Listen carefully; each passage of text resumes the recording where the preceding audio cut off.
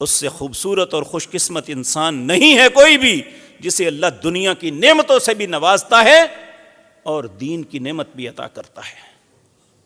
وَأَقْبَحَ الْكُفْرُ وَالْأَفْلَاسُ فِي الرَّجُلِ، اس بندے سے بڑا بد نصیب کوئی نہیں جس کے پاس دنیا کا مال بھی نہیں ہے اور کفر کی زندگی بسر کرتا ہے۔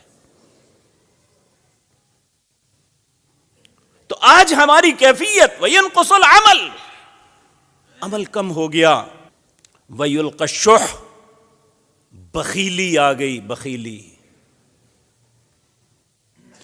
آج اگر کسی کو قرض حسنہ بھی دینا ہے تو شرائط پہ دیتے ہیں۔ ایک طرف اللہ اور اس کے رسول کے وعدے، دوسری طرف ہمارا مفادات، کہ ہمارے پیسے ویسے ہی پڑے ہوئے ہیں، ہم ایسے ہی دے دیں کسی کو۔